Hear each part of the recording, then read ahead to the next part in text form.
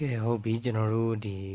ဘောတစ်ခုကိုကျွန်တော်ဖန်တီးသွားပြီပေါ့နော်ပေါ်ဖာသားမှာအသက်သွင်းမယ်ဆိုရင်ဒါuser ပို့တဲ့စာကိုကိုယ်စီရောက်ချင်တာပေါ့နော်ကိုပို့တဲ့စာကို user စီဘောတစ်ဆင့်ပြန်ပို့တာလုပ်ချင်တယ်ဆိုရင်ကျွန်တော်တို့အရင်ဆုံးဒီနာမည်လေးကိုရှာပါမယ်နော် Telegram bot ဆိုတာလေးရှာရမယ်နော်အဲ Telegram bot ကိုဒီမှာနော်ဝင်လိုက်မယ်ဝင်ပြီးရင်ကျွန်တော်တို့အနေနဲ့ start နှိပ်လိုက်မယ်နော် start နှိပ်ပြီးရင်သူကဒီမှာ app bot ဆိုတာလေးပို့ပါတယ် app bot ကိုနှိပ်မယ်Okay app bot ဆိုတာနဲ့ကျွန်တော်တို့က bot further မှာဖန်တီးထားတယ်ကျွန်တော်တို့ရဲ့ API ရပြီးတဲ့ API ကိုထည့်ပေးရအောင်မယ် API token လေးပေါ့နော်အဲ့ဒါလေးထည့်လိုက်ပြီဆိုလို့ရှိရင်ဒါရှိပြီးသွားပြီပေါ့နော်ဒါကကျွန်တော်ထည့်ပြီးသားမလို့ပေါ့နော်အဲ့တော့သူကဘယ်လိုလေးပေါ်လာမလဲဆိုတော့ကျွန်တော်ပြပါမယ်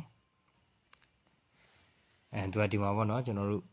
အဲ့လိုကိုယ့်ရဲ့ API token လေးထည့်ရင်ဒီပုံစံလေးပေါ်လာမှာပေါ့နော်ဒီပုံစံလေးပေါ်လာမှာဖြစ်ပါတယ်အဲ့ပုံစံပေါ်လာကျွန်တော်ဘာနှုတ်ရမလဲဆိုတော့ localization ကိုနှိပ်ပါမယ်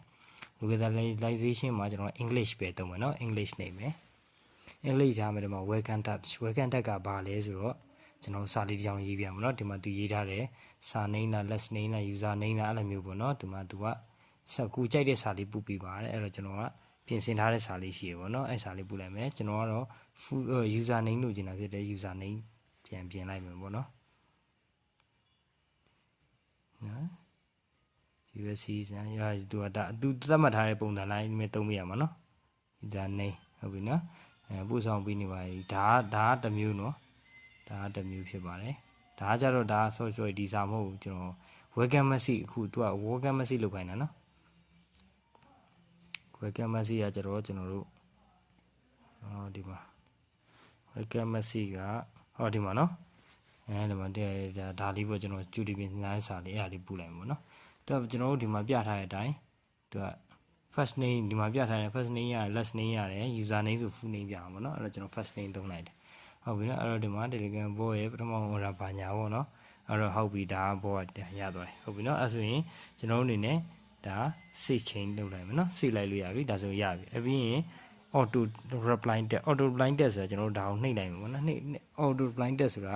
bot ကနေကျွန်တော်တို့စာတစ်ခုပို့လိုက်ပြီဆိုလို့ရှိရင်ကျွန်တော်တို့အနေနဲ့နောက်ထပ်ဘယ်လိုပြောမလဲနောက်ထပ်ထပ်ပို့မယ်စာပေါ့နော်အဲ့ဒါကိုကျွန်တော်တို့ကကြိုတင်ပေးထားတာပေါ့နော်ဆိုတော့ကျွန်တော်မှားပို့တဲ့ဟာလေးပြရပါရ